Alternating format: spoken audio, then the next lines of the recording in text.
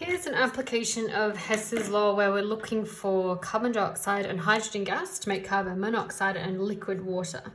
So what information do we have here in our two equations, and what rearranging do we need to do? First of all, we might look for here, a reactants, carbon dioxide. We can see that's here, it's a product of this equation. So we're going to have to reverse the direction of this equation so that it becomes a reactant instead. And we can see the mole-to-mole ratio, we've got 1 here. So we don't need to multiply that equation, we just need to rewrite it in the opposite direction.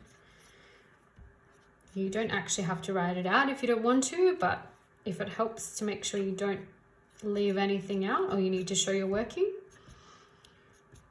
then this is one way to do it. And this would have a delta H of positive 283 because energy out in this direction is equivalent to energy in that direction. So we've rewritten that first equation. Let's look at the second one. Now we can see here that we need hydrogen gas, which we have here, but we have 1 mole here and 2 over here. So we're going to need to halve this equation, but this is a reactant, this is a reactant. So we're still going in this direction, that's fine. We can see we also get our water, and again, we're going to need to halve this whole equation. So let's rewrite this one.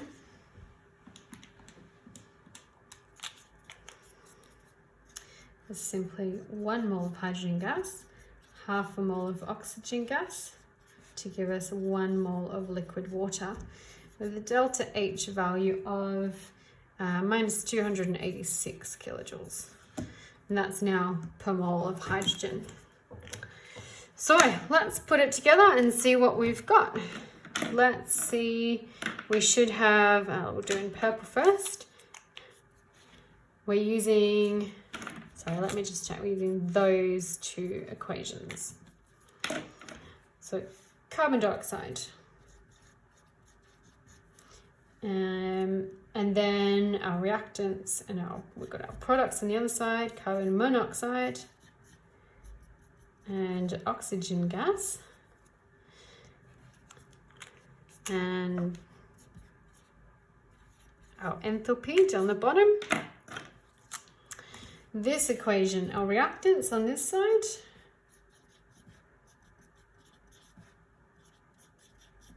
and our products,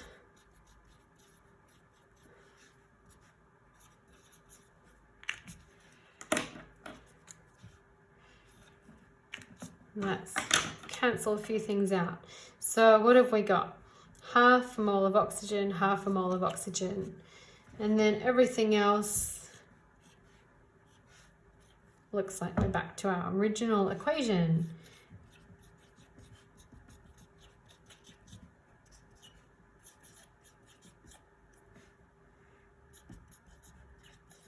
And I'm getting messier and messier as I go.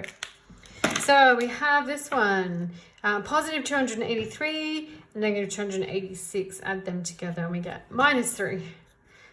Very little energy change and enthalpy change for that one. So our heat energy associated with that chemical reaction is quite small, but that's that one finished off as well.